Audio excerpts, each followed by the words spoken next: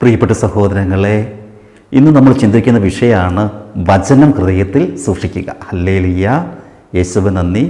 ദൈവത്തിൻ്റെ തിരുവചനം ഹൃദയത്തിൽ നമ്മൾ സൂക്ഷിക്കുക. ഹല്ലേലൂയ, യേശുവേ നന്ദി, യേശുവേ സ്തുതി, യേശുവേ ആരാധന.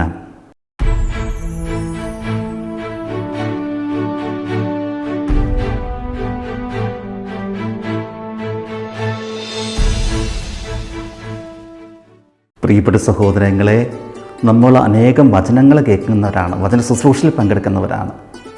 എന്നാൽ തമ്പുരാൻ നമ്മളിൽ നിന്ന് ആഗ്രഹം വചനം നമ്മൾ ഹൃദയത്തിൽ സൂക്ഷിക്കണം. നമ്മൾ ചുമ്മാ കേട്ടേച്ച് പോയാൽ പോരാ, നമ്മൾ വചനം പഠിക്കുക, ആ വചനം ഹൃദയത്തിൽ സൂക്ഷിക്കുക. ഹല്ലേലൂയ, വചനം ഹൃദയത്തിൽ സൂക്ഷിച്ചാൽ മാത്രമേ നമ്മുടെ ജീവിതം വചനാധിഷ്ഠിതമാകത്തുള്ളൂ. ഹല്ലേലൂയ, യേശുവേ നന്ദി. അതുകൊണ്ട് പ്രിയപ്പെട്ടവർക്ക് നമ്മൾ വചന ശുശ്രൂഷ പങ്കെടുക്കുമ്പോൾ വചനം കേൾക്കുക മാത്രമല്ല, അത് നമ്മുടെ ഹൃദയത്തിൽ സംഗ്രഹിക്കുക, ഹൃദയത്തിൽ സൂക്ഷിക്കുക.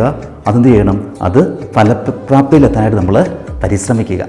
അല്ലെങ്കിൽ അങ്ങനെ ജീവിക്കുന്നവരെ പറ്റിയാണ് അച്ഛനൊരു വചനം പറഞ്ഞായിരിക്കും. അങ്ങനെ ജീവിക്കുന്നതിനെ പറ്റി വചനം എന്ത് പറയുന്നു? അതായത് വചനം ഹൃദയത്തിൽ സൂക്ഷിച്ച് ആ വചനം അനുസരിച്ച് ജീവിക്കുന്നതിനെ പറ്റി വചനം എന്ത് പറയുന്നു? ഹല്ലേലൂയ, യേശുവേ നന്ദി, യേശുവേ സ്തുതി, യേശുവേ ആരാധന. സങ്കീർത്തനങ്ങളുടെ പുസ്തകം 119 അധ്യായം 11 തിരുവചനം. അവിടെ നമ്മൾ ഇപ്രകാരം കാണുകയാണ്: അങ്ങേക്കെതിരെ പാപം ചെയ്യാതിരിക്കേണ്ടതിന് ഞാൻ അങ്ങയുടെ വചനം ഹൃദയത്തിൽ സൂക്ഷിച്ചിരിക്കുന്നു.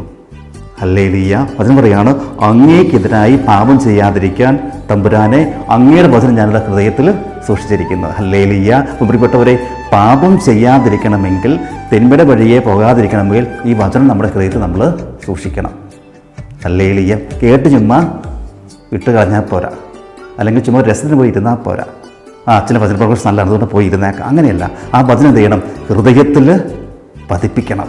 അങ്ങനെ ഹൃദയത്തിൽ പതിപ്പിച്ചു കഴിഞ്ഞാൽ നീ പാപത്തിൻ്റെ സാഹചര്യത്തിലേക്ക് എന്തെങ്കിലും സാഹചര്യത്തിൽ കടന്നു വന്നാൽ പോലും നീ അതിൽ വീഴുകയില്ല. ഹല്ലേലൂയ. മനസ്സിലായോ? ഇതിൻ്റെ അഡ്വാൻറ്റേജ്?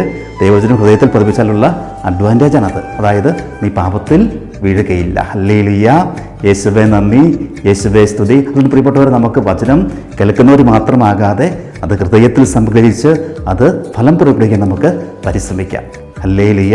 ദൈവം നമ്മളെ സമർത്ഥമായിട്ട് അനുഗ്രഹിക്കട്ടെ. നമ്മുടെ കർത്താവായ ഈശോ മിശിഹായുടെ കൃപയും പിതാവായ ദൈവത്തിൻ്റെ സ്നേഹവും പരിശുദ്ധാത്മാവിൻ്റെ സഹവാസവും നമ്മളാരും കൊണ്ടായിരിക്കട്ടെ, ഇപ്പോഴും എപ്പോഴും എന്നേക്കും. ആമേൻ. ഈശോ മിശിഹായ്ക്ക് സ്തുതിയായിരിക്കട്ടെ.